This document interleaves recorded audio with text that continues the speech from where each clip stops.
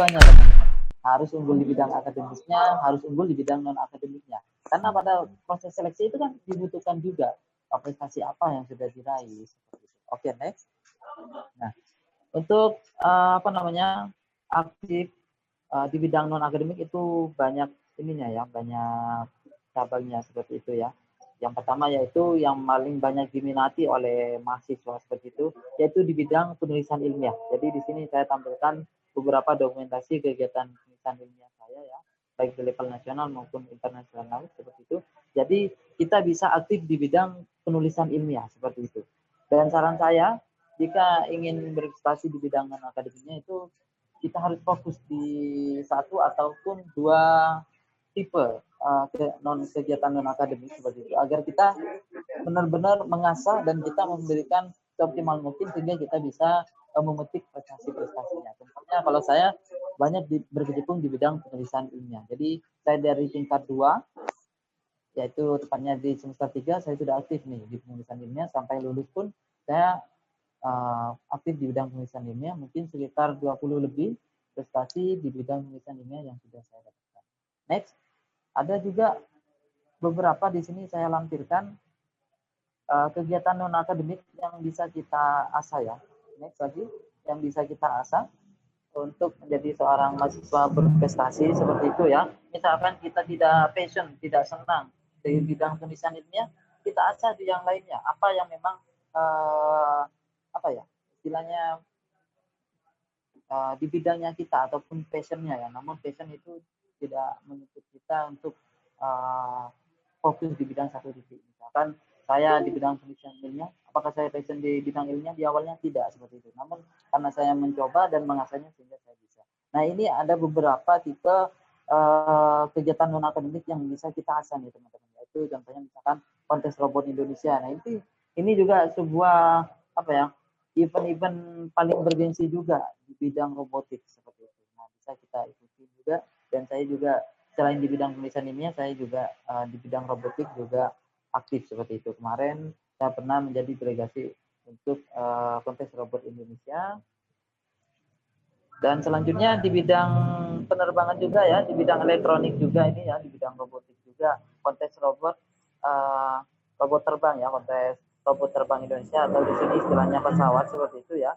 Jadi kita bisa menyumbang prestasi-prestasi yang membanggakan tentunya ya di bidang aeromodeling, di bidang pesawat seperti itu, yang mana ini bukan hanya mainan saja pesawat ya, namun ini sangat bermanfaat untuk dunia kampusnya. Misalkan kita di jurusannya elektro seperti itu.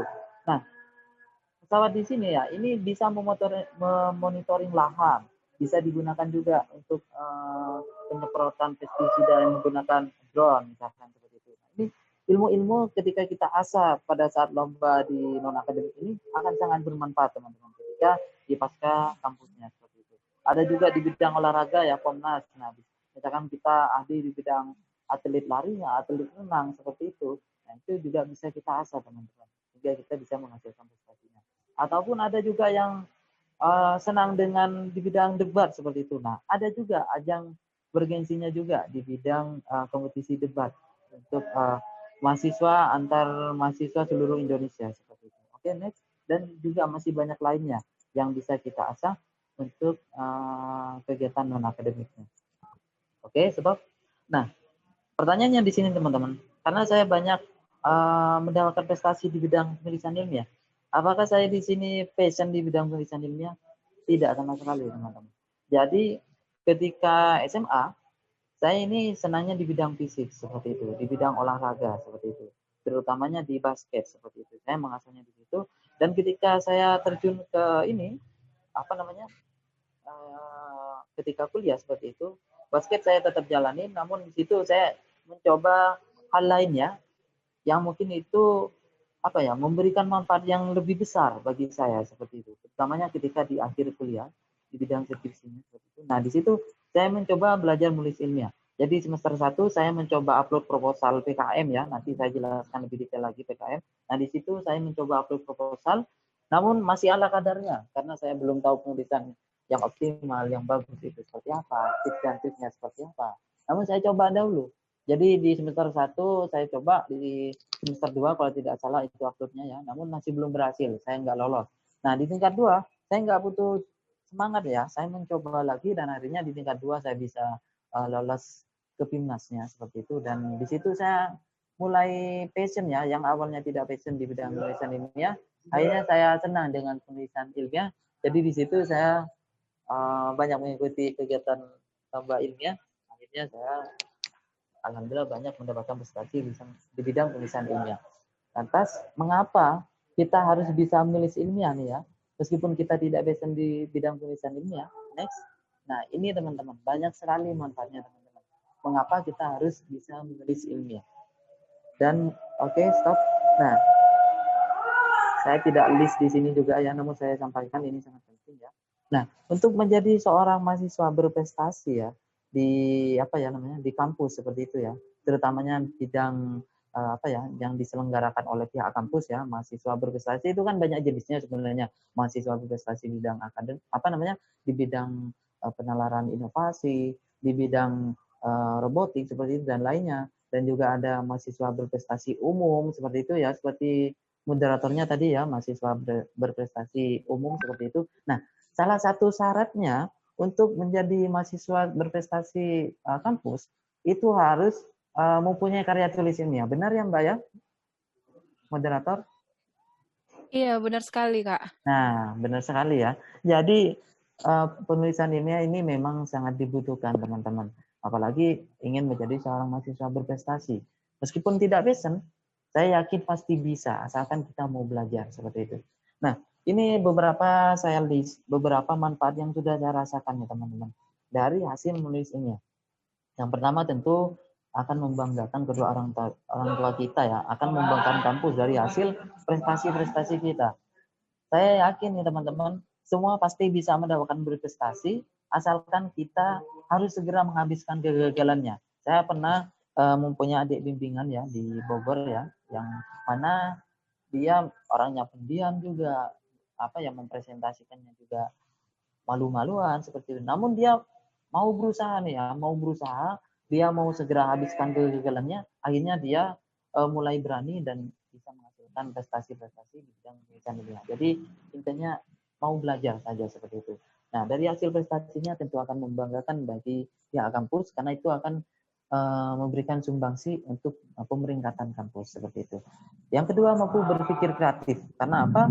Dalam memecahkan penulisan ilmiah, di sini kita akan dituntut untuk memecahkan suatu permasalahan, menciptakan inovasi seperti itu. Mindset kita, pikiran kita akan terasa untuk selalu berpikir kreatif untuk menemukan inovasi-inovasi seperti itu. Jadi kita akan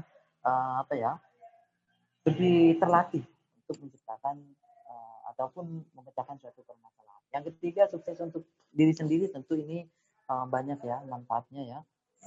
Misalkan kita bisa melampirkan di CV kita untuk melamar pekerjaan seperti itu, dan masih banyak lainnya yang menurut saya itu bisa mensukseskan diri saya sendiri, terutama ketika di pasca kampusnya. Yang selanjutnya, sukses untuk orang lain, ini artinya ketika kita menciptakan suatu inovasi dan inovasi kita bermanfaat bagi masyarakat, seperti itu, bermanfaat bagi masyarakat, nah itu tentu akan membuat orang lain sukses juga. Misalkan karya saya ya, karena karya saya ini meskipun di bidang teknologi banyak mengarah ke sosialnya manfaatnya teman-teman. Misalkan di sini ya, mesin pengangkut belerang di Gunung Ijen ya, di situ saya membuat mesin. Nah di situ mereka tidak bisa melaksanakan sholat subuh karena pendakinya sangat jauh dan sangat melelahkan. Namun di situ saya memberikan inovasi dan alhamdulillah di situ bisa mendaki lebih cepat dan tenaga lebih sedikit sehingga mereka bisa melaksanakan sholat subuh seperti itu. Nah itu tentu akan membuat orang lain sukses bukan hanya di dunia dan juga akhiratnya. Dan selanjutnya jalan-jalan ya, tentu ini hal yang sangat menyenangkan bagi saya ya, karena jalan ke sana kemari itu gratis seperti itu. Namun kondisi pandemi saat ini masih belum bisa ya. Namun kedepannya semoga pandemi segera berakhir sehingga kita bisa mengikuti kegiatan ilmiah secara langsung dan kita bisa jalan-jalan teman-teman. Dan insentifnya juga ngalir, alhamdulillah ya. Jadi dari kita menang, ataupun tidak menang, kalau di PB itu ya, lolos proposal saja itu ataupun submit proposal saja sudah dapat insentif seperti itu. Jadi apa ya namanya, insentifnya akan terus mengalir, dan itu bagi saya sangat bermanfaat karena saya dari keluarga yang sederhana juga, sehingga bisa bermanfaat bagi keluarga saya seperti itu. Bisa menciptakan inovasi yang bagi masyarakat juga ya tadi ya. Bisa menjadi ladang usaha. Nah, jadi karya saya yang di PIMNAS yang terakhir kalinya 2019, jadi saya membuat alat pengutip brondolan sawit ya. Mungkin daerah Sumatera sudah banyak lahan sawit ya. Brondolan sawit itu yang tercecer di sana. Nah, tim kami membuat inovasinya. Alhamdulillah kami diundang ataupun karya-karya dari tim saya dipercaya oleh perusahaan terutamanya PTPN. Nah, kami diundang untuk uji langsung nih teman-teman, dan kami ditawarkan kerjasama seperti itu, dan sampai saat ini masih terus dioptimalkan untuk segera digunakan oleh masyarakat. Nah, itu bagi kami menjadi suatu ladang wirausaha yang sangat bermanfaat lah ya, karena di Indonesia kan penghasil kelapa sawit terbesar di dunia. Jadi inovasi kami ke depannya benar-benar akan banyak dilirik ataupun dibeli oleh perusahaan-perusahaan besar, terutamanya di bidang sawit ya, PTPN seperti itu dan lainnya. Dan juga bisa menjalin relasi ke luar negeri ya. Jadi saya dari hasil prestasi-prestasi, saya dipercaya oleh mahasiswa Jepang yang alumni jurusan saya juga, dan di situ saya disarankan ke dosen beliau, akhirnya saya didaftarkan beasiswa di sana. Namun pada saat proses seleksi nasional, saya sebenarnya sudah menjadi kandidat di New University, namun pada saat seleksi nasionalnya masih belum rezekinya. Jadi tahun depan akan dicoba kembali. Jadi kita bisa menjalin relasi S2 ke luar negeri. Next. Oke, selanjutnya bagaimana nih teman-teman? Karena di sini fokusnya di bidang penulisan ilmiah ya. Jadi saya akan banyak bahas terkait penulisan ilmiah. Bagaimana nih cara kita agar bisa menemukan idenya ya, terutama di khusus mahasiswa baru ya. Mohon maaf ya, agak bising ya. Oke, sebentar.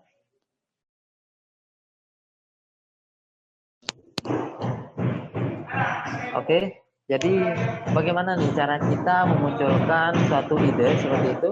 Oke, next. Nah, ini adalah cara saya di dalam menemukan ide ataupun langkah awal nih di dalam penulisan ilmiah, hal apa saja yang harus kita lakukan. Next. Nah, dari saya hanya ada dua caranya nih teman-teman, agar kita bisa mendapatkan ide seperti itu. Next. Bisa next. Oke, nah ini dia.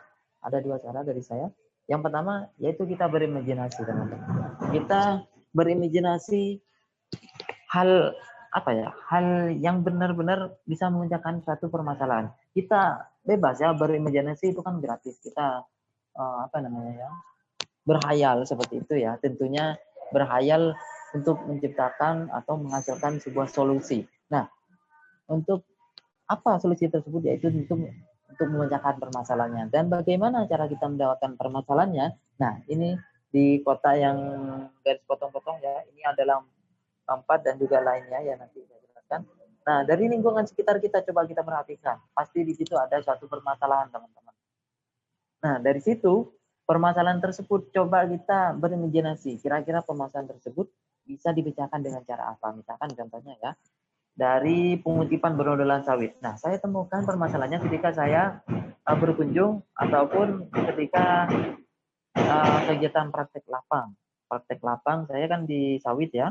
Jadi di situ saya perhatikan, oh ternyata pengutip brondolan sawit kelelahan ketika memungut brondolan sawit. Nah, di situ saya coba berimajinasi bagaimana misalkan caranya untuk mengutip brondolan sawitnya itu dengan cara dijepit misalkan, ataupun dengan cara divakum seperti itu.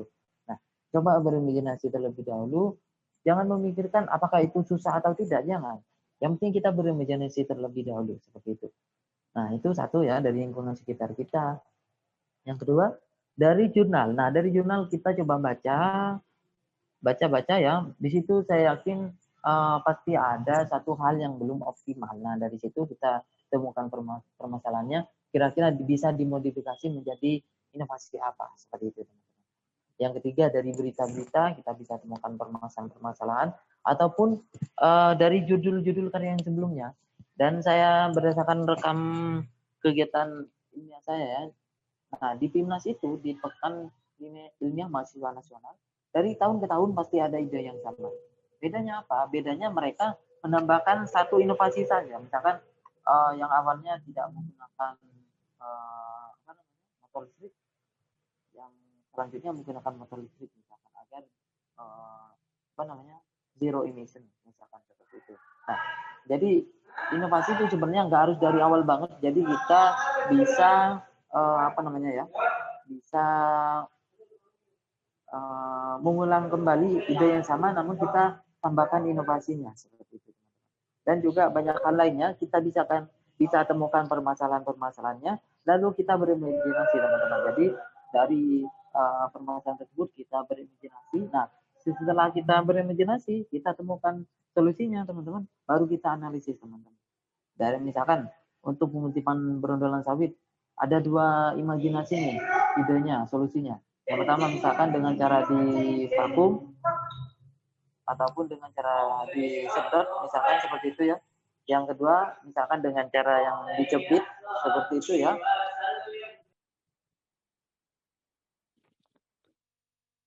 Jadi misalkan dengan cara dijepit, nah coba di situ dianalisis dasar terlebih dahulu.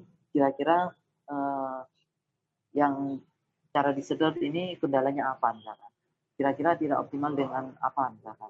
Nah, coba di situ dianalisis dasar terlebih dahulu, baru kita tentukan. Dari dua itu kita gunakan satu solusi itu untuk dilanjutkan ke tahap selanjutnya untuk menulis karya tulis ilmiahnya seperti itu. Jadi saya simpulkan, kita berimajinasi terlebih dahulu untuk menemukan solusi dari permasalahan, lalu kita analisis dasar terlebih dahulu, baru lanjut ke penulisannya yang akan tentunya dianalisis secara rinci. Oke, next. Nah, ini sebenarnya saya akan tampilkan videonya ya.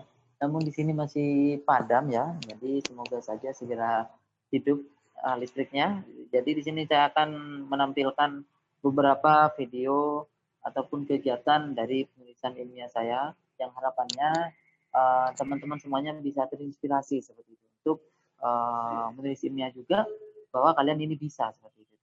Oke, next. Dan juga di sini saya lampirkan video juga ya kegiatan PIMNAS ya, highlight dari PIMNAS tahun 2019 kemarin. Ini sangat seru. Kegiatan PIMNAS ini saya jujur saya ketagihan seperti itu ya, karena di PIMNAS ini banyak sekali manfaatnya bagi saya, dan juga skill bagi saya itu sangat bermanfaat ya. Jadi sangat terasa dari segi presentasinya, dari segi desain PPT-nya, public speaking-nya itu sangat terasa teman-teman. Dan di PIMNAS ini usernya tuh wow, sangat luar biasa ya menurut saya ya. Namun untuk kondisi pandemi saat ini ya PIMNAS dilaksanakan online, saya rasa itu user ya PIMNAS-nya masih belum didapatkan begitu. Oke, next. Jika nanti listriknya saya akan berikan. Nah, ini saya jelaskan sekilas alur dari kegiatan PKM hingga PIMNAS ya. Jadi PKM ini adalah tahap awalnya. PKM ini kepanjangannya dari Program Kreativitas Mahasiswa. Jadi PKM ini langkah awal kita untuk kegiatan PIMNAS. Jadi kita mensubmit proposal terlebih dahulu ya. Di sini udah proposal ke Dikti. Anggotanya itu 3 sampai 5 tergantung bidangnya. Nanti ada bidangnya saya jelaskan juga. Yang kedua, nanti ada pengumuman dari Diktinya siapa saja yang lolos didanai. Setelah didanai, baru mengerjakan programnya ya. Programnya itu 3 sampai 6 bulan ya. Nah, itu dijalankan programnya, dimaksimalkan. Lalu nanti ada MONEF namanya ya, monitoring dan evaluasi dari pihak Diktinya. Artinya di sini akan diseleksi menuju PIMNAS-nya. Apa itu PIMNAS? PIMNAS ini Pekan Ilmiah Mahasiswa Nasional seperti itu. Ini adalah ajang finalnya, pertemuan beberapa kampusnya seperti itu ya. Jadi di sini finalnya namanya PIMNAS, dan selanjutnya yaitu kita presentasi untuk kegiatan PIMNAS-nya ya. Jadi presentasi dalam satu kelas itu ada 20 tim ya, sesuai bidang masing-masing. Nah, ini selanjutnya next. Ini adalah beberapa bidang kegiatan PKM ya. Yang pertama yaitu PKM Karsa Cipta. Nah, sebelah kanan ini saya tampilkan beberapa slide-nya, beberapa poster yang bisa mencontohkan dari masing-masing bidangnya ya, namun tidak bisa di next ya karena PDF. Yang pertama PKM Karsa Cipta. Nah, Karsa Cipta di sini artinya di sini inovasi bisa berupa alat, bisa berupa sistem, bisa berupa pokoknya ini ada wujudnya seperti itu ya. Ada wujudnya baik berupa sistem ataupun berupa alat, bukan hanya gagasan. Jadi ada hasilnya seperti itu ya. Karsa Cipta ini boleh inovasi apa saja di bidang Karsa Cipta. Dan selanjutnya ada PKM penerapan teknologi. Nah, penerapan teknologi di sini artinya di sini harus ada mitranya. Kita menerapkan suatu inovasi kita kepada masyarakat yang tujuannya harus bisa meningkatkan profitnya, harus bisa meningkatkan penghasilannya dari mitranya. Mitranya ini bisa dari UMKM, bisa dari Gapoktan, bisa dari perusahaan yang besar seperti itu ya. Jadi kita menerapkan inovasi kita kepada mitra yang harapannya nanti profitnya bisa meningkat. Selanjutnya ada PKM penelitian, ini seperti kita melakukan penelitian teman-teman. Jadi kita melakukan penelitian seperti itu. Ada penelitian eksakta, ada penelitian yang berbasis sosial humaniora, yaitu penelitian di bidang sosial. Selanjutnya ada PKM kewirausahaan, jadi kita menjalankan programnya, kita semacam berjualan seperti itu. Kita berwirausaha dari topik yang kita jual seperti itu. Ada juga PKM pengabdian masyarakat. Nah, sesuai namanya kita melakukan pengabdian kepada masyarakat. Nah, ini kalau beda ya. Kalau di pengabdian masyarakat memang ada mitranya juga, tapi bukan berbasis peningkatan profit.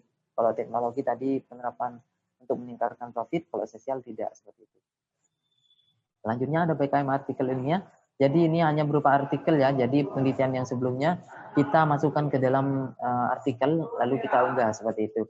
Selanjutnya ada PKM gagasan tertulis. Nah, ini hanya berupa gagasan saja tanpa melakukan pembuatan alatnya ataupun pembuatan sistemnya. Jadi kita hanya membuat suatu gagasannya saja tanpa melakukan pembuatan dari hasil karyanya seperti itu teman-teman. Jadi kita hanya menggunakan by studi literatur saja seperti itu. Oke, sebentar.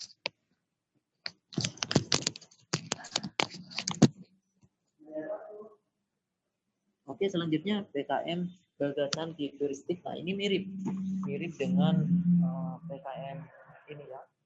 PKM gagasan tertulis. Jadi hanya berupa gagasan saja tanpa melakukan pembuatan karya. Oke, next. Next.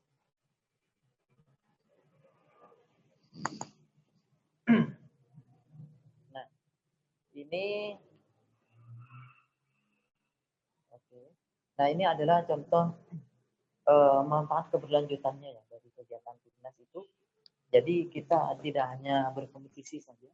Jadi kerja kita itu bisa dijadikan ladang wirausaha kita ya teman-teman, bisa dijadikan pada usaha kita. Nah, ini contohnya tim saya kemarin ke Jambi ya, ke Jambi untuk menguji lapang hasil dari karya kami, dan sampai sekarang masih terus dipantau oleh PTPN 6 untuk mengoptimalkan proses mekanismenya sehingga nanti bisa diterapkan untuk dipublikasi massal oleh PTPN. Dan kami juga sebenarnya diundang ke PTPN 3 di ini ya, di Medan ya. Di Medan ya, kalau tidak salah ya, PTPN 3 ya.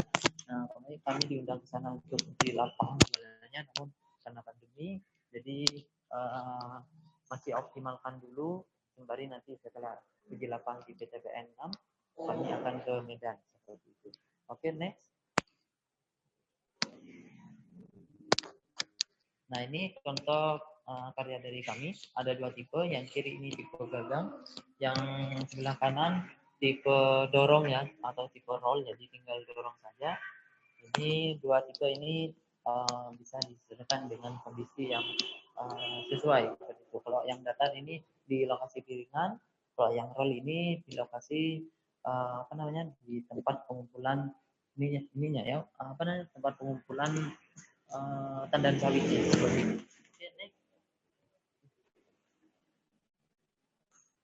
Nah, seperti itu ya materi yang dapat saya sampaikan terkait penulisan ilmiah.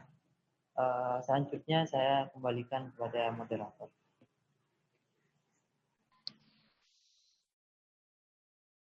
Baik, terima kasih kepada Abang Dasan Haji yang telah memberikan materi yang sangat bermanfaat sangat-sangat, banyak ya ternyata manfaat yang bisa kita dapatkan dengan kita mengikuti karya ilmiah. Benar sekali kata Bang San Haji tadi, bahwa memang saya sewaktu seleksi, Filmapres juga, itu memang, sangat banyak kegunaan karya tulis ilmiah yang saya dapatkan. Nah, selanjutnya kita masuk ke sesi pertanyaan. Kepada teman-teman yang ingin bertanya, boleh, mengajukan melalui kolom chat, atau boleh juga langsung meng-unmute, lalu mengajukan pertanyaan secara langsung.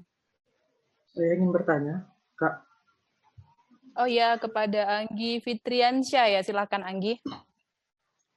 Untuk kepada Bang San Haji tadi, saya ingin bertanya yang pertama, dalam setiap perlombaan ataupun dalam setiap kan pasti kan kita ada yang namanya tim kan, Bang.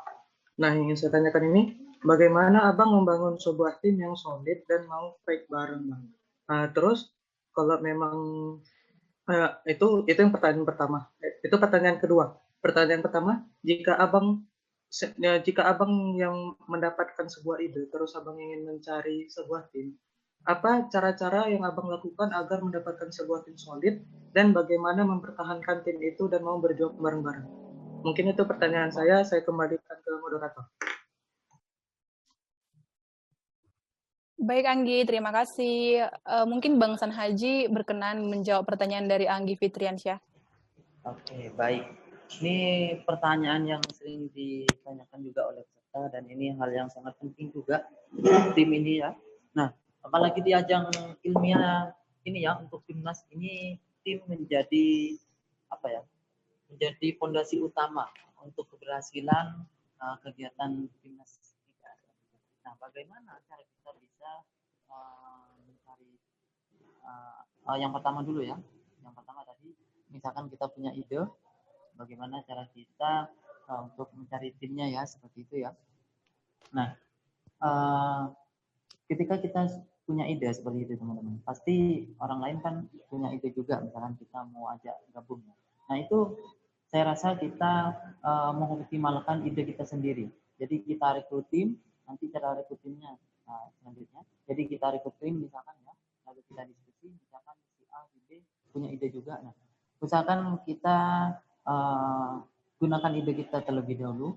Kenapa? Jika kita punya ide itu ya, untuk kedepannya itu kita itu lebih banyak bukan berkuasa ya, istilahnya kita yang mempunyai hak yang lebih ketika kedepannya ada apa, misalkan itu dia bukan mahasiswa berprestasi misalkan seperti itu. Nah, usahakan kita buat pakai ide kita sendiri terlebih dahulu, dan misalkan ya, orang lain mau mengajukan ide juga, nah monggo kita ikut timnya dia dengan cara kita optimalkan ide kita terlebih dahulu, setelah itu kita optimalkan yang kita ikut ke tim lain. Nah, bagaimana cara kita agar bisa mendapatkan tim yang solid ya dan mempertahankannya itu seperti apa? Nah, kalau dari saya pribadi ya, karena di tingkat pertama saya rekrut tim itu sembarangan, di tingkat kedua saya coba evaluasi, saya rekrut tim secara benar-benar dan terselektif seperti itu ya, sampai saya broadcast di grup seperti itu ya, saya nggak malu seperti itu. Nah, saya yang pertama kan temukan idenya terlebih dahulu. Nah, dari ide itu kita pikirkan, kira-kira dari ide itu kita butuh orang seperti apa. Kita butuh orang yang desainer misalkan ya, yang bisa desain poster seperti itu. Kita butuh orang yang ahli mekanik seperti itu. Ataupun kita butuh orang yang yang pintar public speaking misalkan seperti itu. Nah, kita list tuh teman-teman. Kita butuh orang yang tipe A, tipe B, tipe C seperti itu. Lalu kita cari timnya. Nah, pertanyaannya bagaimana cara kita cari timnya nih teman-teman ya. Setelah kita list, nah dari saya yang pertama yaitu kita cari tim yang satu jurusan kita terlebih dahulu. Karena apa? Kita yang tahu watak-watak teman kita sendiri. Nah, kalau ambil tim dari satu angkatan kita, nah kita kan sudah tahu nih watak-wataknya. Oh, dia orangnya rajin, dia orangnya yang kalau ngomong dia selalu pede misalkan seperti itu. Nah itu kita cari tim dari satu angkatan kita terlebih dahulu. Tentunya yang sesuai dengan apa yang kita inginkan, misalkan yang harus bisa desain. Nah itu cari yang dari jurusan kita. Selanjutnya kita cari dari kakak tingkat kita. Nah Kalau tidak ada lagi, cari di bawah tingkat kita ya, ada tingkat kita. Nah, kalau tidak ada lagi ataupun tidak sesuai dengan keinginan yang spesifik, misalkan bisa programming misalkan seperti itu. Nah, kita misalkan cari dari jurusan komputer misalkan seperti itu, dari jurusan lain seperti itu. Namun dari saya itu perlu prioritaskan dari jurusan kita yang satu angkatan dengan kita ya. Agar kita bisa menjaga tim yang solid seperti apa? Nah, itu kita harus apa ya, dari awal nih teman-teman. Dari awalnya harus benar-benar serap ya, harus benar-benar nyaman dengan timnya seperti itu. Jadi kedepannya itu lebih enak berkoordinasi dan tentunya diiringi dengan setiap perkembangan pengerjaan alatnya kita selalu terus berkoordinasi dengan tim di grup misalkan kita tidak bertemu ya. Jadi kita harus terus berkoordinasi. Dari kegiatan timnas saya nih teman-teman ya. Jadi setelah didanai setiap minggu kami pasti kumpul. Jadi akan tetap terjaga kesulitan timnya. Oke, saya kembalikan kepada moderator.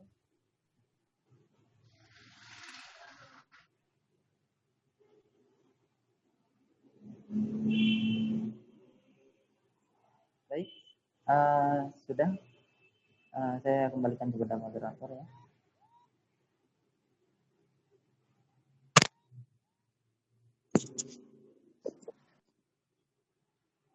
Oke, sepertinya di mute ya. Jadi. Baik, terima kasih Abang Dasan Haji. Bagaimana Anggi Fitrian Syalubis? Apakah dirasa clear atau mungkin ada pertanyaan selanjutnya? Boleh bertanya lagi nggak? Tapi boleh. Nah, Bang, terkait dengan kayak tadi kontes robot Indonesia, habis itu yang kontes Cairo Modeling, itu pasti kan sebelum kita lomba pasti kan kita harus membuat prototipenya dulu kan Bang, atau dia prototipnya dulu. Nah, yang ingin saya tanyakan, dari Abang dan tim itu bagaimana mendapatkan dana untuk membuat prototip itu Bang? Apakah menggunakan dana pribadi ataukah ada sokongan dana dari swasta ataupun ada bantuan dana dari kampus gitu Bang untuk mengikuti lomba itu dan untuk membuat prototip itu Bang? Ini masih tahap awal, belum tahap seleksi gitu Bang. Saya kembalikan ke moderator. Mungkin Bang San Haji ingin langsung memberikan jawaban. Oke, baik. Terima kasih atas pertanyaannya. Jadi langkah awal saya ya, agar tidak mengeluarkan dana nih teman-teman, agar tidak mengeluarkan budget untuk pembuatan karyanya. Nah, langkah awal saya itu mengikuti PKM teman-teman. Nah, dari PKM itu kan didanai.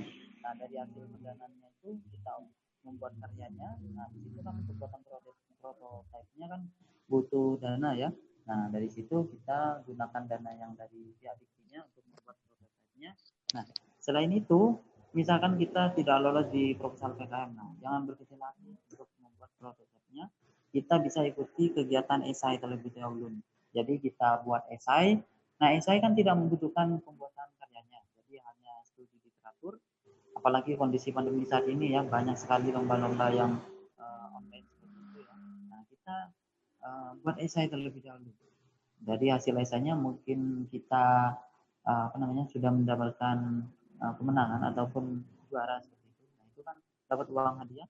Misalkan kita ingin merealisasikan atau meneliti apa yang sudah kita buat di esainya, nah bisa pakai uang yang dari uang hadiah itu.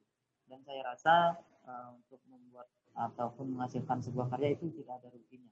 Malah itu banyak manfaatnya ya ke depannya ya.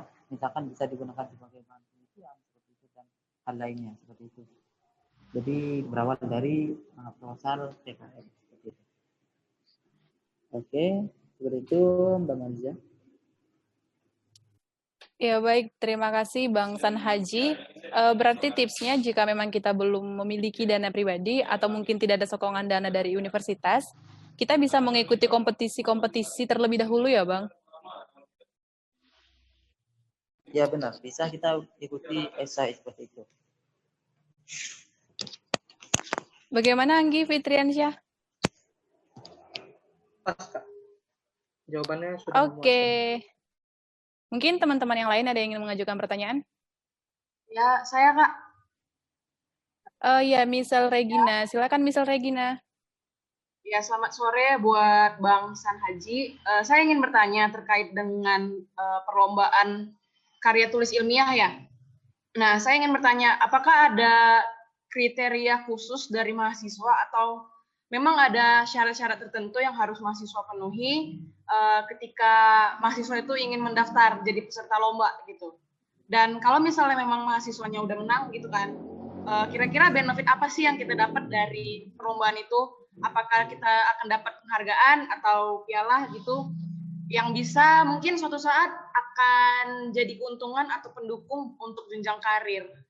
Terima kasih. Mungkin akan langsung dijawab oleh Bang Dasan Haji. Ya, baik, terima kasih. Jadi tidak ada kriterianya sebenarnya untuk semua kegiatan tulisan ilmiah itu. Tidak ada kriteria khusus, yang penting itu seorang mahasiswa aktif seperti itu ya. Itu syarat utamanya.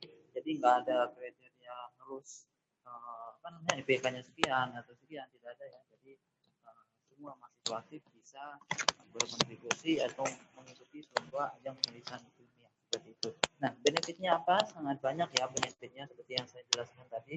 Yaitu kita belum saya sebutkan tadi yang misalkan dapat medali seperti itu ya, medali kita dapat, uang hadiah kita dapat, terus apa ya lagi ya, ya uang hadiah, uang transportasi, akomodasi, semuanya kita dapat dari kampus juga kita dapat ya.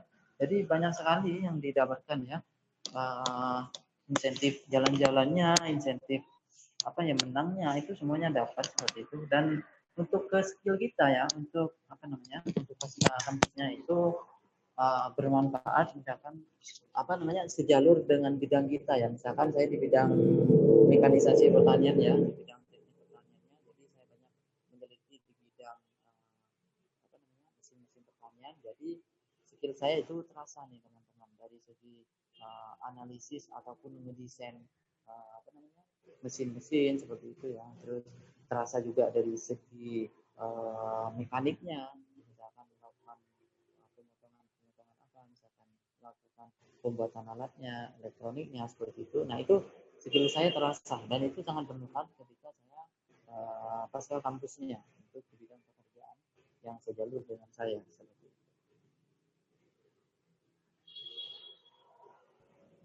Oke, seperti itu dari saya. Baik, terima kasih Abang Dasan Haji. Bagaimana Misal Regina, kira-kira masih ada bingung kah atau bagaimana? Saya ingin mengajukan satu pertanyaan lagi, Kak. Boleh, silakan. Mengenai beasiswa. Ya, tadi kan kita udah bahas tentang beasiswa.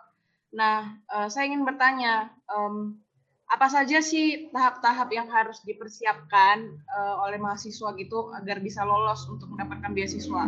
Nah, kalau misalnya ada kesempatan, berapa kali juga kesempatan yang mahasiswa dapetin bisa mencoba beasiswanya kalau misalnya dalam proses menjalankan untuk mendapat beasiswa itu mahasiswa itu gagal gitu. Berapa kali bisa mencoba? Terima kasih. Oke. Dari saya, karena saya beasiswa ini ya, dari awal saya dapatnya. Jadi ketika melamar di perguruan tinggi, saya sekaligus melamar di bidik misi. Jadi saya hanya tahap pemberkasan saja di bidik misi ya, seperti itu. Lalu wawancara. Jadi untuk rincinya, untuk mendapatkan beasiswa seperti beasiswa yang sangat sulit ya didapatkan, misalkan Tanoto, terus beasiswa Bank Indonesia ataupun beasiswa yang bergengsi apa ya, banyak ya apa namanya beasiswa bergengsi dan itu susah. Nah, saya mohon maaf belum bisa menjelaskan secara rinci karena saya belum berpengalaman. Mungkin Mbak Mariza punya pengalaman di bidang itu, bisa sharing kepada. Iya, terima kasih Bang San Haji. Jadi sebenarnya nama saya Kori Isabella ya Bang Ica. Kebetulan ini menggunakan device dosen saya, Ibu Mariza Nur Cahyani. Iya, mohon maaf. Jadi panggilannya siapa? Ica, Bang Ica. Ica ya, oke, baik. Mohon maaf. Oke, mungkin teman-teman ini ya, dari Misal Regina ya tadi ya, terkait beasiswa. Kalau saya sendiri di Universitas Medan Area, tahun pertama itu memperoleh beasiswa YPHAS, tahun kedua itu PPA dari Kementerian, lalu sekarang tahun ketiga dari Bank Indonesia atau beasiswa Bank Indonesia. Untuk prosesnya sendiri, mungkin saya hanya bisa sharing beasiswa yang pernah saya dapatkan ya. Kalau untuk YPHAS, itu beasiswa dari yayasan yang menaungi Universitas Medan Area sendiri, yang mana untuk mendapatkannya adalah syarat menjadi juara selama SMA, SLTA. Kalau saya sendiri itu full 100% pada tahun pertama karena saya juara 1 selama SMA. Lalu untuk yang PPA atau yang dari kementerian, peningkatan prestasi akademik, tentunya sesuai namanya, kita harus berprestasi. Ada syarat minimal IP, lalu juga harus memiliki karya tulis ilmiah, khususnya PKM. Untuk Bank Indonesia sendiri itu lebih kompleks karena kita diharuskan sudah punya PKM, lalu juga akan ada seleksi internal melalui jurusan, lalu fakultas, kemudian dari universitas, dan setelah kita menjadi delegasi dari universitas atau kandidat calon penerima beasiswa dari universitas, maka kita akan mengikuti seleksi lagi dari Bank Indonesia. Kalau untuk berapa kali batas maksimal mencoba jika kita gagal, tentu sesuai dengan beasiswa masing-masing. Contohnya dari Bank Indonesia itu ada syarat maksimal tahun ketiga dan ada juga syarat dari umur sendiri. Kalau untuk YPHAS dari Universitas Medan Area itu ada syarat harus lulusan tahun itu juga baru bisa mengklaim beasiswa tersebut. PA juga syaratnya sama, ada minimal maksimal usia, lalu maksimal tingkatan. Jadi kurang lebih seperti itu. Sehingga kalau untuk syarat-syarat yang lebih spesifik mungkin tidak ada. Itu saja mungkin yang bisa saya bagi ke teman-teman, khususnya dalam hal ini Misal Regina. Bagaimana Misal, mungkin ada pertanyaan lain atau kurang jelas? Satu lagi Kak, lupa tadi. Satu lagi, Boleh. ini terkait juga tadi sama balik lagi ya ke lomba karya tulis ilmiah. Nah, kan tadi katanya ada kompetisi nih. Kompetisinya itu kalau boleh tahu di daerah mana ya Kak? Atau apakah dia keluar Medan atau ke luar kota atau ke luar negeri gitu? Pengen tahu. Makasih. Mungkin Bang San Haji bisa menjawab. Oke, baik ya. Untuk kegiatan lomba penulisan ilmiah itu banyak sekali ya, di seluruh Indonesia pasti ada. Dari semua kampus di seluruh Indonesia itu hampir ada ya. Dan di luar negeri juga ada seperti itu. Namun untuk kondisi pandemi saat ini, jadi kegiatannya semuanya online seperti itu. Jadi tidak dilaksanakan secara langsung di tempat penyelenggaranya seperti itu.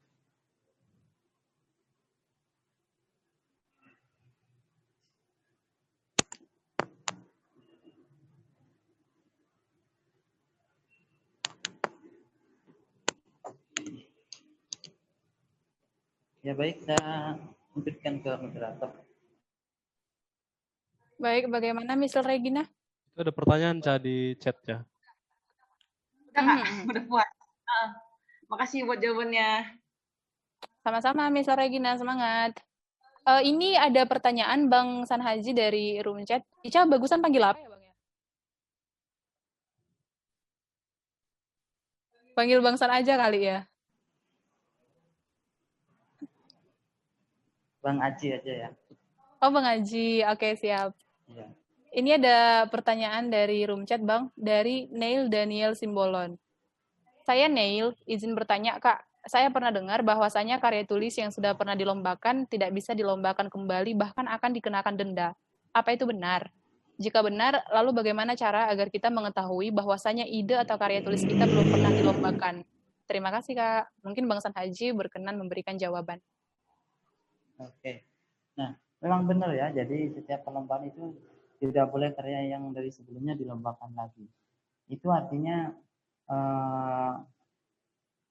misalkan kita ikut lomba A, terus kita menang di lomba A, terus kita ingin ikutkan ke lomba B dengan ide yang sama persis, penulisannya sama persis, nah itu tidak boleh. Namun ketika kita modifikasi dari idenya, misalkan kita tambahkan inovasi misalkan menambah otomatisasinya misalkan di dalam proses pengutipan berundolan sawitnya, misalkan yang awalnya tidak otomatis kita buat secara otomatis, nah itu sudah boleh. Jadi yang penting ada modifikasi dari idenya. Jadi kita bisa submit ke ide yang lainnya seperti itu.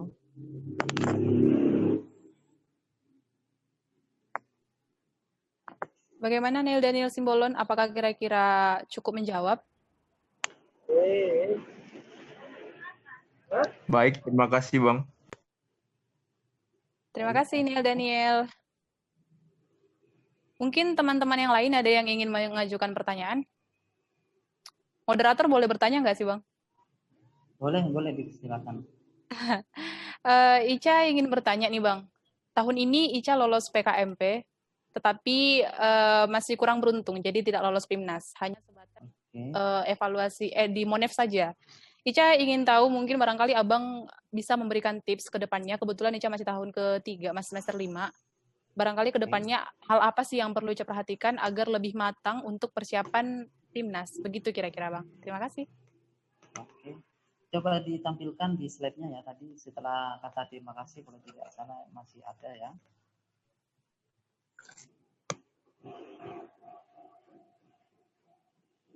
Coba di next.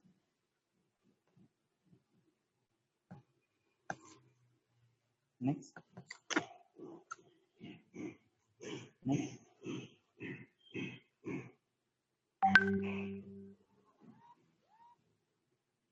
Oke, next coba dulu. Itu juga salah satunya. Next terlebih dahulu. Next. Next. Udah ya? Terus ya? Next.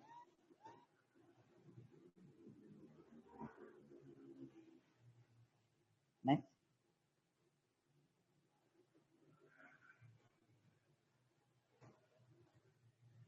Oke, tidak ada. Berarti yang tadi saja ya. Yang apa namanya? Ada grafiknya seperti itu. Nah, ini adalah beberapa strategi. Ini apa namanya? Dari tahap awal sebenarnya ini ya. Strategi untuk lolos proposalnya, untuk lolos PIMNAS-nya nanti saya ulas lagi. Nah, ini saya sampaikan juga mungkin. Jadi untuk seleksi proposal itu apa namanya? Seleksi awalnya itu bukan dari segi idenya ya, dari segi administrasinya. Jadi kalau misalkan kita di dalam tulisannya sudah tidak sesuai dengan panduannya ya, misalkan harus menggunakan font PNR, misalkan kita gunakan Arial, nah itu sudah otomatis akan dicoret dan tidak akan lolos seperti itu. Karena kan ribu-ribu yang submit ya, jadi harus sesuai administrasinya. Apa namanya? Di formatnya itu harus benar-benar kita sesuaikan dengan formatnya, ini benar-benar kita ikuti aturan 100%. Nah, selanjutnya judul harus menarik ya, kita buat semenarik mungkin dari segi judulnya. Ya, menurut saya judul yang menarik itu mengandung apa namanya, sebenarnya dikatakan menarik itu relatif ya, tergantung judulnya. Namun menurut saya ide yang menarik itu ada untuk inovasi dari kita ya, keunggulannya apa seperti itu, dan manfaat untuk Indonesia itu seperti apa. Nah, itu menurut saya lebih menarik. Untuk PKM selanjutnya di sini tema dan kreativitas, sebenarnya tema general ya, kita bisa gunakan ide apa saja, tidak ada batasan. Untuk kreativitasnya tentu kita harus buat ide yang semenarik mungkin dan itu benar-benar apa ya, kreatif seperti itu, yang berbeda daripada yang lainnya seperti itu. RAB harus kita buat ini ya, jangan melebih-lebihkan untuk RAB-nya, namun harus lebih dari 6 juta ya kalau tidak salah saya lupa. Dan selanjutnya guru pendamping ini sangat penting untuk menunjang pada saat kita proses pembuatannya seperti itu. Nah, itu strategi hingga ke PIMNAS-nya. Namun apa namanya, dari proposal sampai lolos pendanaan. Namun untuk strategi untuk lolos PIMNAS-nya nih ya, untuk lolos PIMNAS-nya itu menurut saya cukup susah juga ya. Kita harus benar-benar mengoptimalkan. Beberapa saran dari saya, yang pertama, kita harus benar-benar mengerjakan seoptimal mungkin, itu tentu ya. Namun menurut kita sudah optimal mengerjakannya. Mungkin menurut yang lainnya ataupun menurut dosen kita itu masih belum optimal. Nah, itu ikuti arahan dari reviewer kampusnya ataupun dari dosen pembimbingnya. Nah, itu kita ikuti terus saran-saran dari beliaunya seperti itu. Kita harus membuat semaksimal mungkin pokoknya ya. Dan sering dari saya, jadi setelah lolos pendanaan ya, karena di tingkat 2 saya nggak lolos medalinya ya, saya lolos Mas Nyato. Tingkat 3 saya ingin balas dendam, balas dendam dalam artian menyiapkan secara optimal. Jadi setiap minggu saya selalu report ya perkembangannya ke dosen saya. Jadi selama 3-4 bulan itu benar-benar kami ini menyiapkan secara optimal, dan ini makan waktu sebenarnya ya. Namun karena kami ingin memberikan yang terbaik, akhirnya kami setiap minggu harus report, kami harus meningkatkan perkembangan dari proses pengerjaan alatnya. Misalkan kita buat alat, nah itu kita harus benar-benar banyak meluangkan waktu ya. Misalkan seminggu sekali, hari Minggu saja, misalkan seperti itu. Nah itu poin yang pertama. Terus yang harus kita optimalkan juga presentasinya. Ini sangat penting. Jadi presentasi kita harus semenarik mungkin ya. Jangan terlalu kaku seperti itu ya. Kalau disampaikan saat ini teknik presentasi sangat terbatas waktunya. Jika ingin belajar teknik presentasi, kalian bisa ikuti acara dari Pojok Ilmiah. Hari Kamis tanggal 19 ini ada acara teknik presentasi terkhusus bagi teman-teman yang akan berlaga di Timnas Star lagi ini. Jadi kami membuka event ataupun seminar teknik presentasi. Di situ akan saya live streamingkan bagaimana presentasi yang menarik dan memukau sehingga bisa dapat yang terbaik seperti itu. Jadi kembali lagi, presentasinya kita harus benar-benar semenarik mungkin ya. Di kelas Timnas itu semuanya menarik, namun kita harus membuat yang paling menarik seperti itu ya. Untuk detailnya saya belum bisa di sini. Selanjutnya dari segi desain PPT-nya. Pada saat Monev kita harus benar-benar optimal, presentasinya optimal, desainnya juga harus seoptimal mungkin. Kita misalkan di dalam satu tim tidak ada yang pinter ngedesain, nah kita jangan khawatir, kita bisa minta tolong dari pihak kampus ataupun teman kita yang memang bisa dimintakan minta tolong lah seperti itu, kita kasih uang makan seperti itu. Nah kita harus optimalkan dari segi desain PPT-nya. Nah itu yang bisa saya sarankan, jadi harus optimal dari segi presentasi, PPT. Oh ya, dan yang terakhir laporan akhirnya. Laporan pengajuan, laporan akhir, logbook, dan lainnya itu harus benar-benar kita berikan yang seoptimal mungkin lah seperti itu. Mungkin itu dari saya. Terima kasih banyak Bang San Haji. Ini cukup menjawab, dan sebagai catatan juga untuk teman-teman bahwa ternyata Pojok Ilmiah ya tadi ya itu ngadain acara tips presentasi pada tanggal 19 November tepatnya hari Kamis. Mungkin ini bisa kita ikuti. Sangat baik ya teman-teman untuk kita, karena mahasiswa tidak lepas dari yang namanya presentasi dan public speaking. Barangkali teman-teman yang lain ada yang ingin mengajukan pertanyaan?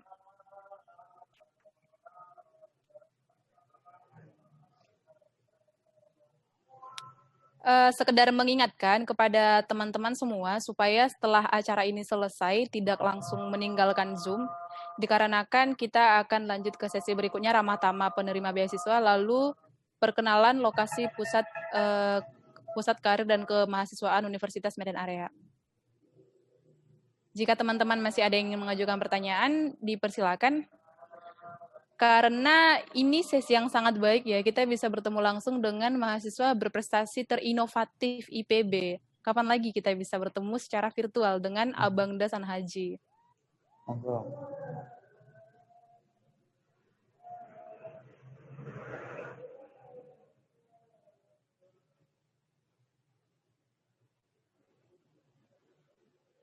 Ica mau tanya lagi nih Bang.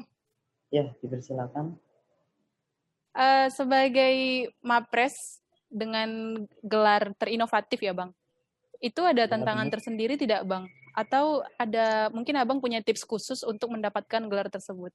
Mungkin Abang bisa share ke kami karena Ica merasa butuh tips tersebut. Oke, baik. Jadi di IPB ada ini ya, penganugerahan dari IPB mahasiswa terinovatif di bidang penalaran seperti itu ya. Ada juga di bidang organisasinya seperti itu ya. Jadi ada kategorinya dari IPB, dan alhamdulillah kemarin saya mendapatkan ini ya, penganugerahan sebagai mahasiswa terinovatif di bidang penalaran seperti itu. Nah, itu dari IPB tersendiri tentu challenge-nya yaitu menghasilkan karya yang sebanyak mungkin dan mendapatkan prestasi yang sebanyak mungkin di bidang pendidikan ilmiah. Terus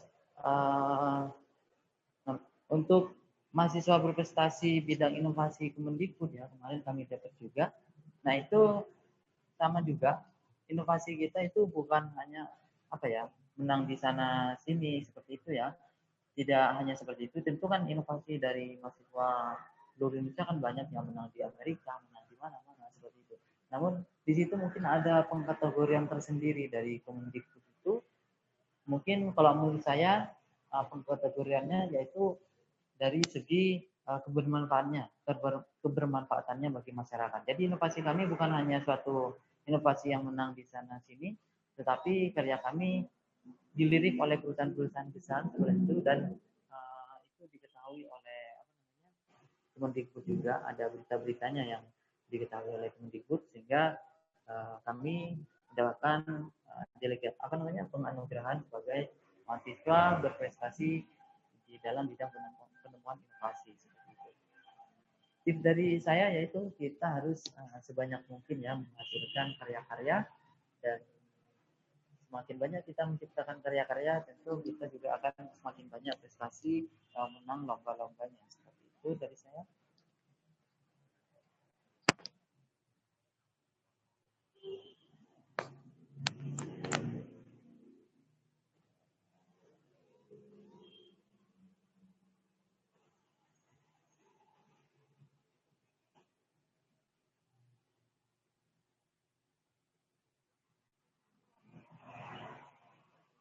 Baik, terima kasih Bang San Haji.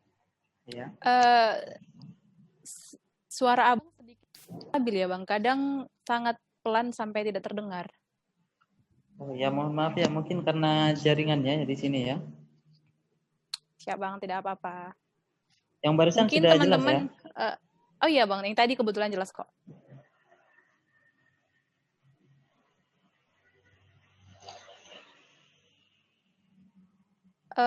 Di sini ada yang bertanya, Bang.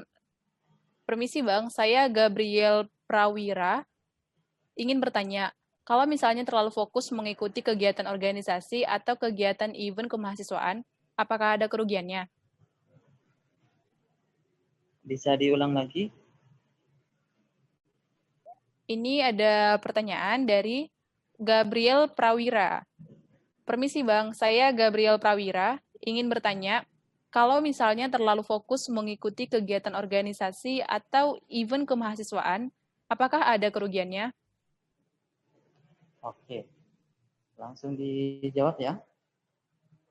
Baik, menurut saya, jika memang kita mau aktif di bidang organisasinya ya, menurut saya harus benar-benar optimal. Dalam artian kita benar-benar kita bisa sampai ke tahta tertinggi ya, misalkan menjadi ketua BEM seperti itu. Nah, kalau menurut saya itu akan sangat bermanfaat bagi kita ketika di pasca kampus, karena kan di bidang pasca kampus kan banyak macam-macam ya, misalkan dibutuhkan karyawan yang aktif di bidang politik, di bidang organisasi seperti itu ya.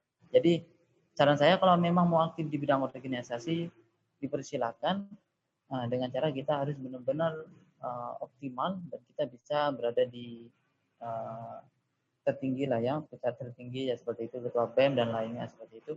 Namun jika kita hanya semacam ikut-ikutan saja mencari pengalaman seperti itu, misalkan kita hanya menjadi staf seperti itu terus-terusan menjadi staf, saran saya harus diimbangi nih teman-teman, harus diimbangi dengan kegiatan prestasi lainnya. Karena kalau kita hanya sebagai staf saja itu pengalamannya sangat minim seperti itu teman-teman. Jadi kita harus mengimbangkan dengan kegiatan non akademiknya, misalkan kita mengikuti lomba karya tulis ilmiah, kita mengikuti kontes robot misalkan, ataupun hal lainnya seperti itu teman-teman. Konsekuensinya kalau kita hanya sebagai staf seperti itu, pengalaman kita, prestasi kita sangat minim, dan itu sangat disayangkan ketika di pasca kampus kita tidak mengoptimalkan ketika kita berada di posisi mahasiswa. Oke, seperti itu.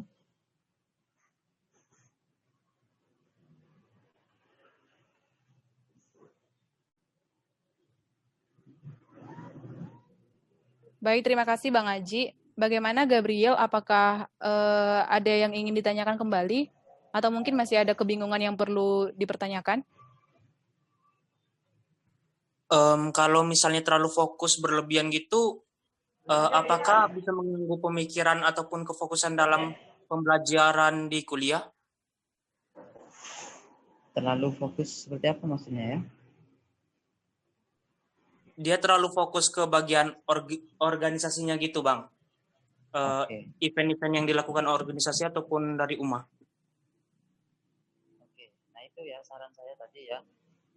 Kita boleh fokus ataupun aktif di bidang organisasi, tetapi kita juga harus ada nih teman-teman, terutamanya di bidang penulisan ilmiah. Saya sarankan meskipun kita tidak menang ataupun apa. Nah ini pengalaman menulis ilmiah ini sangat dibutuhkan ketika pada saat mau skripsi tentunya ya, itu sangat dibutuhkan agar kalian tidak terhambat ketika sudah berada di akhir kuliahnya. Jadi saran saya harus diimbangi dengan cara kita mengikuti lomba esai ataupun mengusulkan PKM seperti itu. Oke, terima kasih, Bang. Terima kasih Bang Aji, terima kasih Gabriel. Ini ada pertanyaan Bang dari Weni Lestari. Saya Weni Dian Lestari, izin bertanya Kak. Nah kan saya calon penerima beasiswa mahasiswa UMA oleh LL Dikti. Adakah kriteria yang harus saya siapkan Kak untuk bisa lolos beasiswa tersebut? Untuk itu saya mohon maaf belum bisa menjawab secara rinci ya. Mungkin dari yang berpengalaman. Dari Ica mungkin. Oke, jadi memang untuk beasiswa LL Dikti di Universitas Medan Area itu mungkin maksud Weni adalah PPA ya. Kalau untuk PPA, sesuai dengan yang tadi Ica sudah sampaikan, syarat untuk UMA itu sendiri yang pertama tentunya harus ada prestasi. Yang mana prestasi itu dibuktikan dengan capaian IP, minimal IP kalau saya tidak salah ingat 3,25 kalau untuk Universitas Medan Area, itu ketetapan dari kampus. Lalu harus memiliki karya tulis ilmiah dalam hal ini yaitu PKM. Lolos atau enggak, pendanaan dari Dikti itu urusan belakang. Yang penting kita sudah punya proposal yang sudah kita submit. Lalu berikutnya adalah bagaimana kita mempertahankan prestasi kita itu. Ini sekalian ya jawaban dari Friska Andriani. Karena ini sepertinya lebih spesifik mengenai beasiswa yang ada di Universitas Medan Area. Sementara Bang Aji itu dari IPB ya guys. Jadi mungkin Bang Aji hanya bisa memberikan gambaran secara umum beasiswa yang Bang Aji ketahui di Indonesia pun di IPB. Kalau untuk Universitas Medan Area kita penilaiannya ada yang diambil oleh UNIF itu sendiri. Mungkin itu saja. Saran dari Bang Aji ini sangat cocok ya untuk kita, karena memang di UMA itu yang paling utama adalah prestasi. Jadi teman-teman jika ingin mendapatkan prestasi dan mendapatkan rekomendasi dari rektor atau WR3, kita harus memiliki prestasi, pun harus memiliki capaian IP yang baik, dan juga minimal harus aktif di organisasi. Tetapi tidak berlebihan ya, seperti pertanyaan dari Gabriel tadi, karena sesuatu yang berlebihan tentu tidak baik. Mungkin lebih spesifiknya akan kami jelaskan ketika teman-teman berkunjung ke PKK. Nanti akan kami jelaskan secara lebih rinci. Tapi kurang lebih gambarannya seperti itu. Terima kasih. Ini Bang ada pertanyaan dari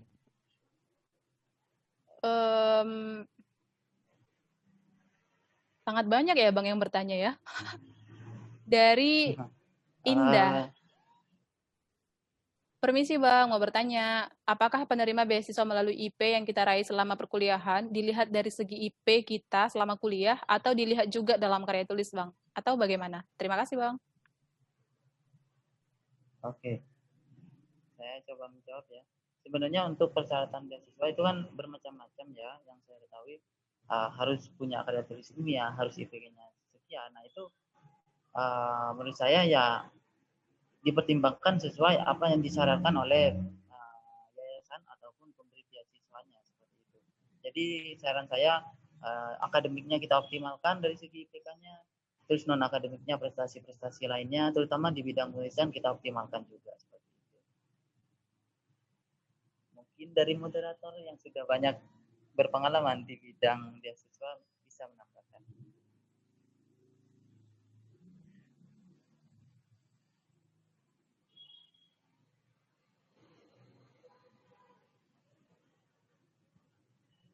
Halo Bang Haji, suaranya hilang Bang. Halo?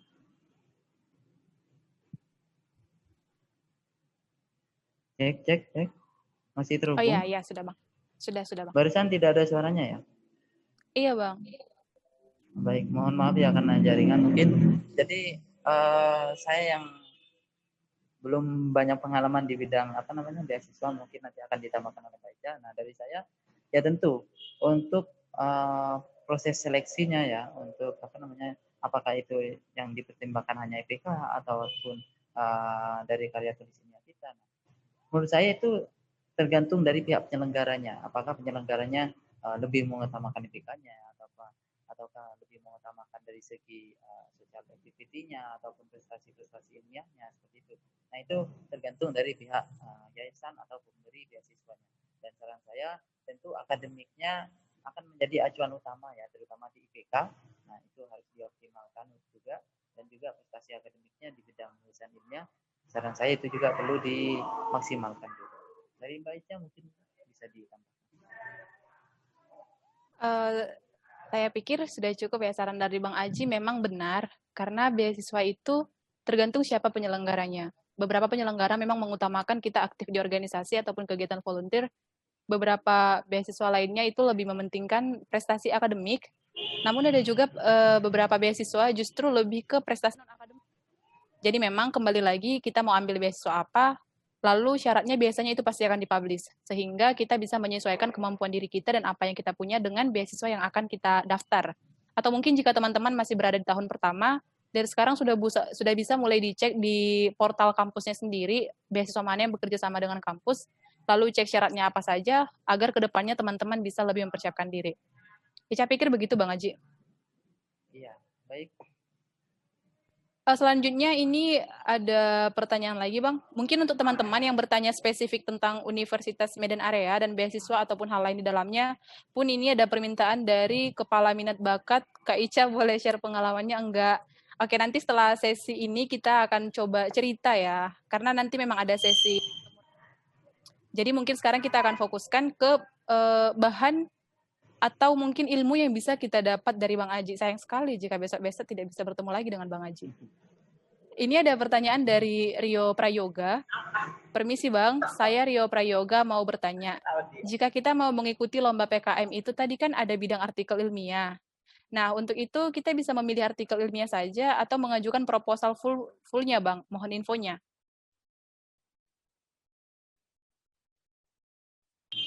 Mohon maaf Mbak Ica, saya masih ngobrol dengan ini karyawan barusan. Bisa diulangi kembali? Oh bisa Bang Haji. Ica bacakan kembali ya Bang. Permisi Bang, saya Rio Prayoga mau bertanya. Jika kita mau mengikuti lomba PKM, itu tadi kan ada bidang artikel ilmiah. Nah, untuk itu kita bisa memilih artikel ilmiah saja kah atau mengajukan proposal fullnya Bang? Mohon infonya. Oke, baik. Untuk artikel ilmiah itu tidak ada proposal yang disubmit ya, jadi hanya mensubmit artikel ilmiah saja dari hasil penelitian. Untuk yang lainnya harus disubmit berupa proposal seperti itu.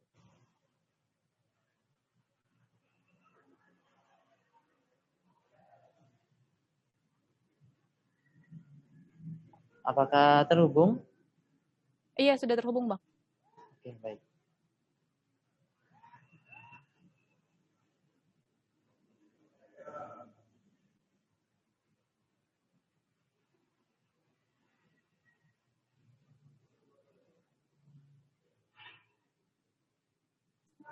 Halo, suaranya hilang Bang. Barusan sudah saya jawab ya, mohon maaf. Sudah terhubung, saya ulangi lagi. Ini baru bisa terdengar lagi Bang. Oke, jadi untuk artikel ilmiah itu hanya mensubmit sebuah artikel saja dari hasil penelitiannya. Nah, untuk PKM selain artikel ilmiah itu mensubmit berupa proposal. Jadi untuk artikel ilmiah kita submit berupa artikel saja. Seperti itu dari saya.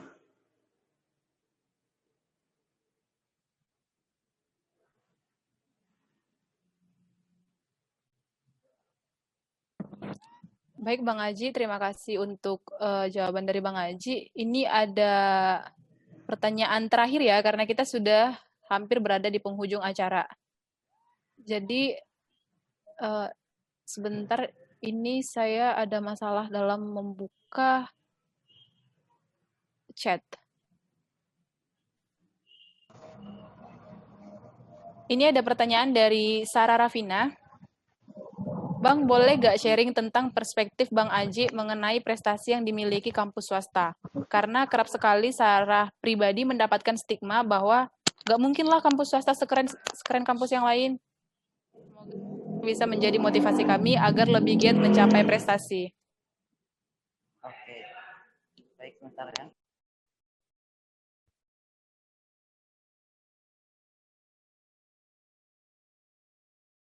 Oke, saya coba jawab ya.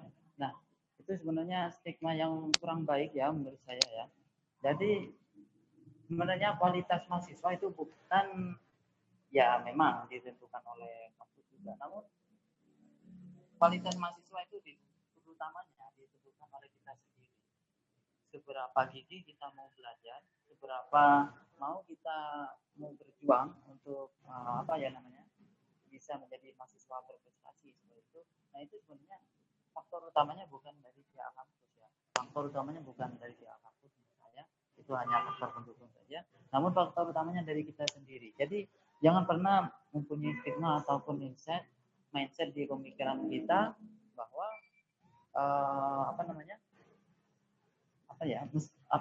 kita dari mahasiswa swasta itu tidak bisa berprestasi ataupun menang di timnas seperti itu. Nah, itu jangan sampai berpikir seperti itu, karena apa ya? Kita itu mengasah, misalkan mengasah di bidang tulisan ilmiah itu kan di mana-mana kita kan bisa mengasah seperti itu. Tidak ada bedanya ya.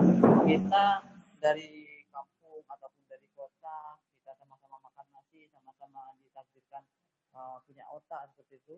Nah, itu sama saja menurut saya ya. Saya sendiri dari desa ya, dari keluarga yang sederhana. Saya mohon maaf di sini ya. Oke, jadi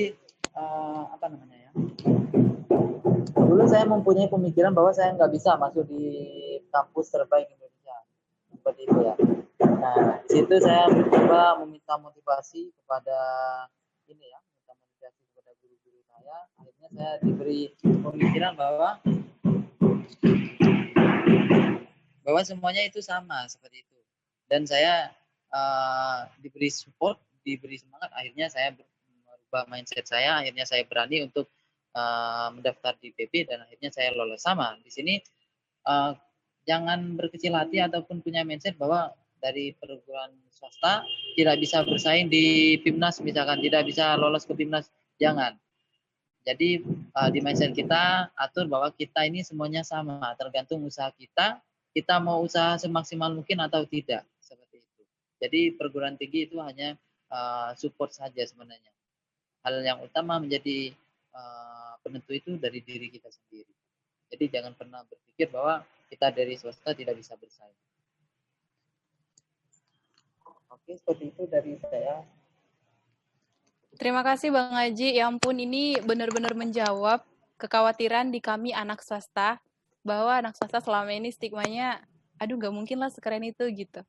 Tapi ternyata Bang Aji memberikan kami stigma yang baik agar kami lebih mampu bersaing dengan memperbaiki kualitas diri, bukan berdasarkan sekeren apa kampus yang menaungi kami. Nah, pertanyaan dari Kak Sarah Rafina sekaligus menjadi pertanyaan terakhir untuk sesi dari Bang San Haji. Terima kasih banyak kami ucapkan kepada Bang San Haji.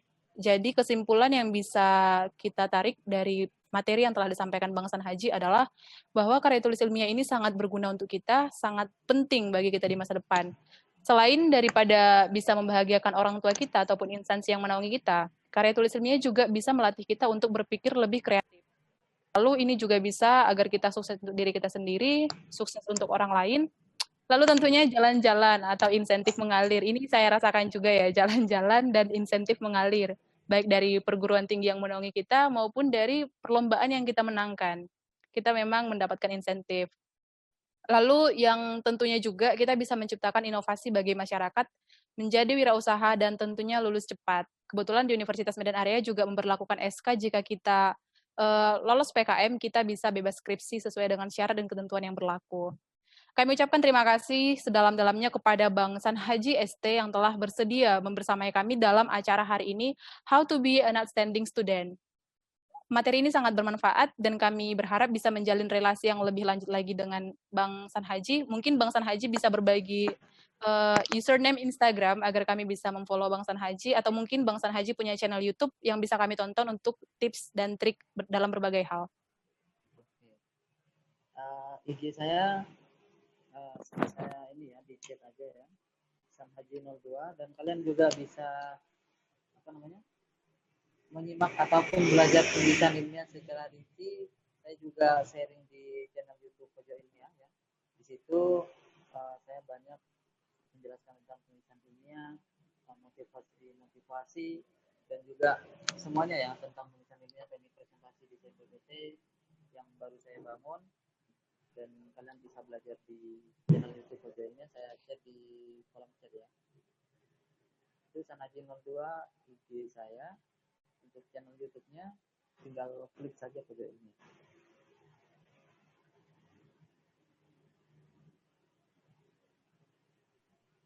Baik, terima kasih banyak Bang Haji. Semoga bisa bertemu dengan Bang Haji di lain kesempatan. Kami doakan semoga Bang Haji bisa lolos beasiswa Max ataupun Buka Gakusho, dan semoga kita bisa bertemu di kesempatan yang lebih baik. Terima kasih Bang Haji. Mohon maaf jika ada kesalahan dalam bertutur kata. See you next time.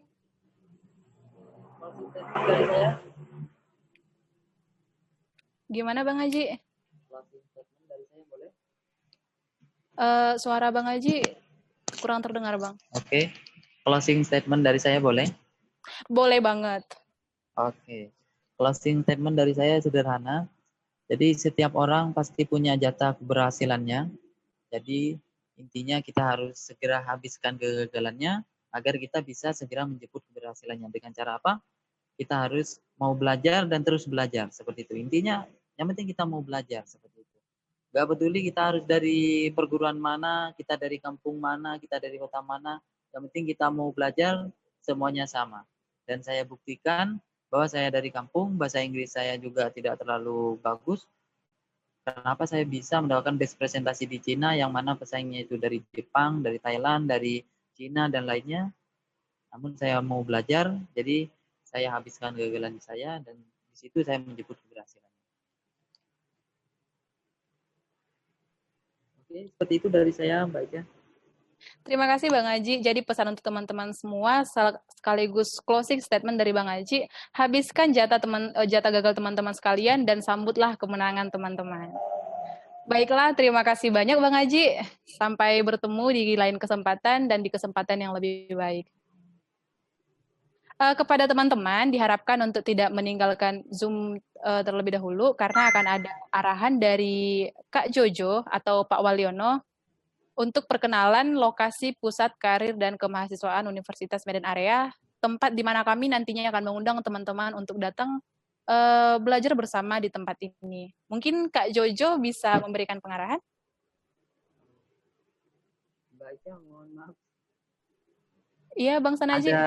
Ada sesi foto bersamanya, screenshot dari laptop Mbak Ika. Oh, boleh. Kita sesi foto bersama. Nyala. Oke, boleh banget Bang. Akan kami screenshot dari sini. Mungkin Bang Imam bisa membantu? Nanti di kode ya Bang Mam, kalau misalnya sudah next slide. Kita kayaknya gimana nih? Mungkin teman-teman ada saran?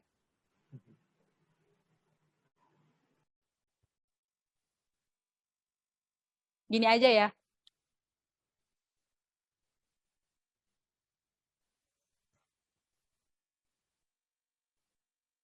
Next slide. Hitung, Kak? 1, 2, 3.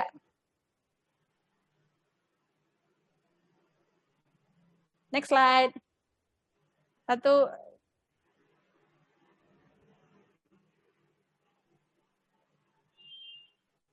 Sudah Bang. Oke. Baik, nanti bisa dikirimkan ke Mbak Indah ya. Saya minta melalui Mbak Indah. Siap Bang Haji. Oke. Mohon maaf saya live terlebih dahulu.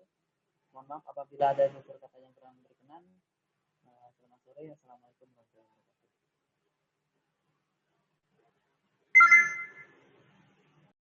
Terima kasih Bang Haji.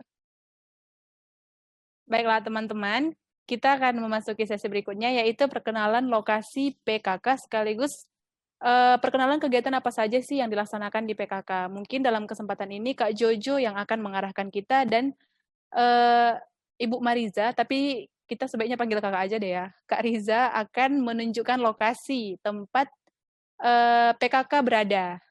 Silakan Kak Riza dan Kak Jojo.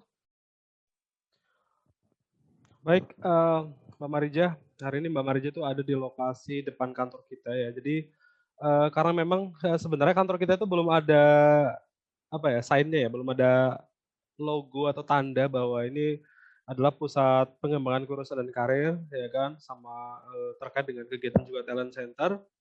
Mungkin Mbak Mariza bisa tunjukkan tuh di belakang beliau itu ada kantor kita ya. Tanda yang paling dominan adalah dekat halte. Nah, itu kantornya. Ya kan? Mungkin bisa di ini ya kali ya.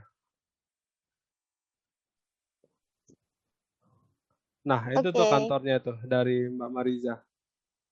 Ya kan? Di sebelah ATM BNI dan Mandiri ya, tepatnya ya. Jadi teman-teman tuh bebas berkonsultasi apa saja terkait kegiatan prestasi, ya kan? Nah, di gedung ini juga banyak sekali teman-teman kalian ya, anak-anak karisma, anak-anak formasi kalau dari Fakultas Psikologi, anak-anak formatani kalau dari pertanian, anak-anak dari Pol, ya kan? Dan ini kantor kita ya. Ya Diane, ya kan? Teman-teman boleh ngobrol apa aja di sini. Dan Mbak Mariza boleh masuk ke dalam. Kita ada bagian lain ya. Jadi teman-teman bisa ngobrol di sini, bisa diskusi bareng teman-teman kalian. Nggak perlu malu-malu karena kita emang di sini nggak perlu sungkan-sungkan ya. Boleh tunjukin Mbak piala-piala yang kita raih. Oke. Ya kan? Ini masih beberapa ya, masih beberapa kegiatan karena kita tidak muat kalau dilengkapin ya. Ada beberapa medali-medali dari beberapa kegiatan yang mahasiswa UMA, ya kan? Ini masih beberapa ya, masih banyak banget sebenarnya. Dan saya yakin berikutnya adalah medali teman-teman ya, bisa diisi di sini. Nah, berikutnya ada ruang konsultasi ya. Ya kan? Wah, luas kan kantornya gitu. Teman-teman tuh bebas untuk diskusi dengan teman-teman yang lainnya gitu. Ya kan? Yang penting admin dulu ya, Kak, kita mau diskusi gitu ya. Kita mau gunain ruangan, ada nggak yang menggunakan ruangan ini gitu. Silahkan aja gitu. Ya kan? Kadang-kadang ada snack ya, kalau ada ya jajan sendiri gitu. Nah, yang pasti kita teman-teman di kantor Development Center yang letaknya tepat di sebelah ATM BNI dan Mandiri. Ya, jadi nggak boleh sungkan-sungkan. Memang nggak ada logonya emang ya kan. Tapi jangan sampai sungkan karena yang datang kemarin juga nggak ada sungkan-sungkannya gitu. Ya kan, santai-santai aja gitu. Karena emang kita buat teman-teman gitu. Emang tugas kami adalah melayani teman-teman untuk memastikan apa kegagasan itu layak untuk masuk dalam penjurian atau tidak. Nanti akan dibantu oleh Pak Arif Fahrian, ada Bu Dinda, ada Bu Mariza, ada Bu Indah Aprilia, ada dosen-dosen yang lainnya lah yang banyak nanti di sini yang bisa ngarahin teman-teman untuk giat dalam prestasi. Nah, kita banyak kegiatan ya pasti ya. Dalam dekat ini kita juga akan ada kegiatan YIE ya. YIE yang kedua ya kan, nanti ada judul terkait business plan. Nah, kemudian ada juga karya tulis ya, ada desain, kemudian ada banyak dah. Jadi ikuti aja dan pasti jangan teman-teman ya. Jangan left group yang WA yang teman-teman udah gabung. Sama itu Nanti kita akan share informasi-informasi terkait kegiatan dalam dekat ini apa, dan ada webinar-webinar apa sih terkait pengembangan talent. Share screen. Yang tadi ya? Udah. Enggak, yang abang lagi komputer. Udah. Oke. Gak apa-apa, nggak usah share screen Kak, biar wajah kakak aja yang kelihatan. Nah, ini dia tuh ya kan. Tapi kan perlu lah di share ya. Nah, oke. Nah, ini dia tuh kegiatan kita ke setahun ke depan yang teman-teman perlu tandai ya. Pada bulan-bulan apa aja sih kegiatan-kegiatan di kampus kita ya, terkait kegiatan Dikti dan Kemendikbud, ya kan? Jangan sampai nggak ditandain ya, gitu. Jangan sampai nggak ikut karakteristik tertentu yang mungkin teman-teman sukai atau interest terhadap bidang tertentu. Itu aja barangkali Kak Ica. Senang sekali bisa bergabung dalam program ini. Saya kembalikan ke Kak Ica.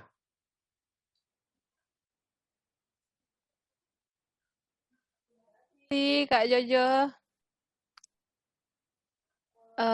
Baiklah. Terima kasih untuk pengarahan dari Kak Jojo, sekaligus perkenalan kepada teman-teman, lokasi PKK sekaligus kegiatan-kegiatan yang ada di PKK. Dengan ini kami sangat berharap ya, kita penerima beasiswa dan teman-teman yang kedepannya ingin menerima beasiswa agar tidak sungkan-sungkan untuk bergabung dengan kami di sini. Karena tempat ini terbuka untuk semuanya, tidak langsung diusir kok ketika masuk. Tapi kalau misalnya nggak mau berprestasi ya diusir lah, sorry guys. Enggak, bercanda-bercanda. Jadi guys, diharapkan untuk teman-teman untuk tidak sungkan-sungkan datang ke sini. Karena di sini sangat banyak pelatihan ya Kak Jo ya. Yep. Pelatihan kewirausahaan, public speaking, bahasa Inggris, PKM, KBMI, debat, robot, macam-macam. Di sini semua kita menyediakan pelatihannya. Yang penting teman-teman mau berusaha dan memang punya minat. Tidak usah berpikir dengan pembayaran segala macam. Di sini semuanya free, gratis. Ya udah keluar bayar. Enggak sih, bercanda. Oke guys, mungkin itu aja pengarahan dari Kak Jojo dan ini sangat berguna untuk kita untuk meningkatkan soft skill kita ke depannya. Jadi rajinlah bermain-main ke sini.